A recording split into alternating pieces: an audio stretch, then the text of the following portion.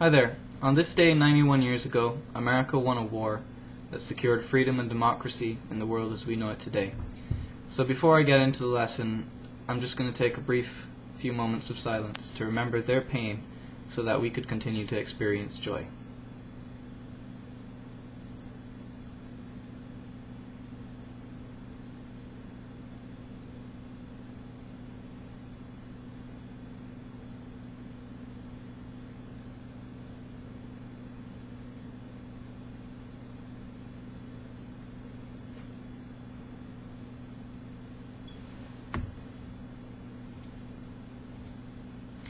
Okay, so today's lesson is going to be about changing keys, basically. Basically what I'm going to teach you can use for any instrument, keyboard, guitar, harmonica. But since I play harmonica primarily and of course, a little bit of guitar, you'll find that I'll be catering a bit more to those musicians than anyone else. But so let's get right into it. Anyway, I had a Sonny Terry ebook which had a cross harp chart.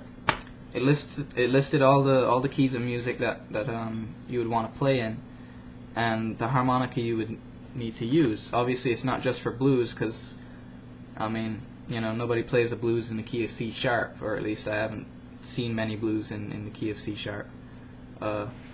Anyway, so here it is. This is your cross harp chart. Pretty much, you find them when you buy a harmonica, Lee Oscar harmonica. They might have one in there, or some brand of harmonicas gives you a cross harp chart along with it. I remember that much.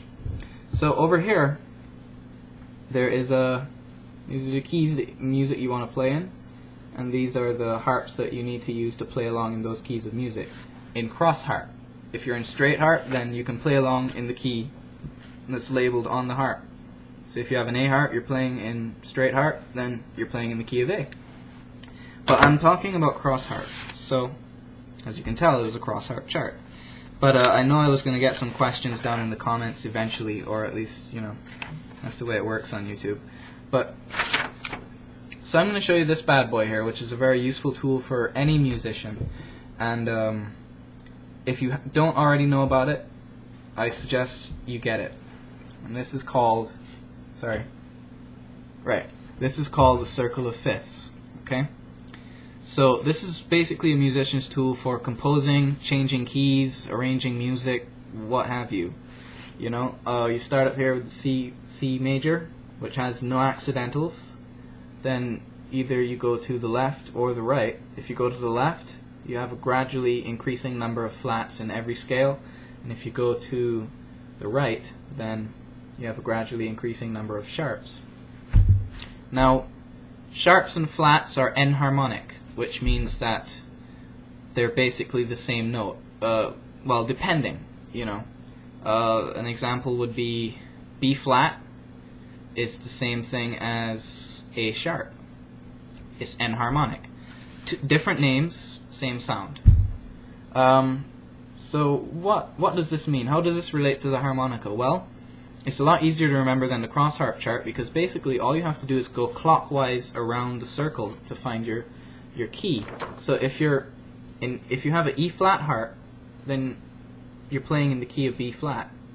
If you have a B flat harp, you're playing in the key of F. And if you have an F harp, you're playing in the key of C, so on and so forth. And of course you can work backwards. If the music is in the key of D, then you need a G harp, and so forth, so forth.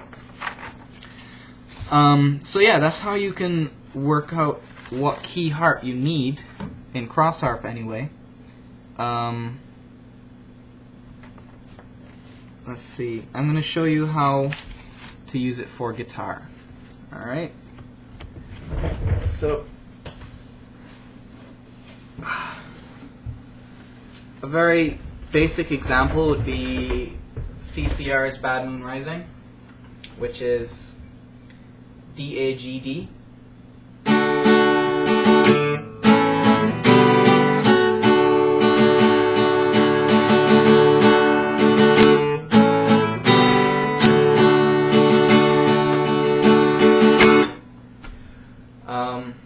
And you can change that key into, well, One example is C, G, F, C. A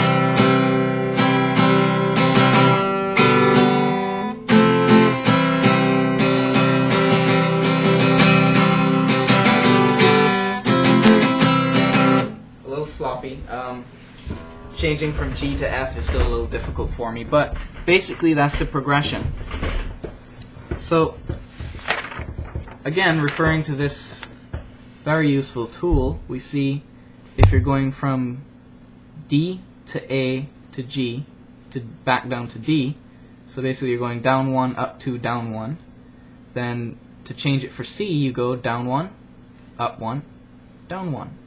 Yeah? Or you can go clockwise, counterclockwise, well, you know, let's say clockwise 1, counterclockwise 2, clockwise 1, if you want to get technical. So yeah, follow the direction of the progression and simply move it up the clock. Basically, it's a clock. I mean, there are 12 keys on it, right? And yeah. So check it out. Definitely. Circle of fifths.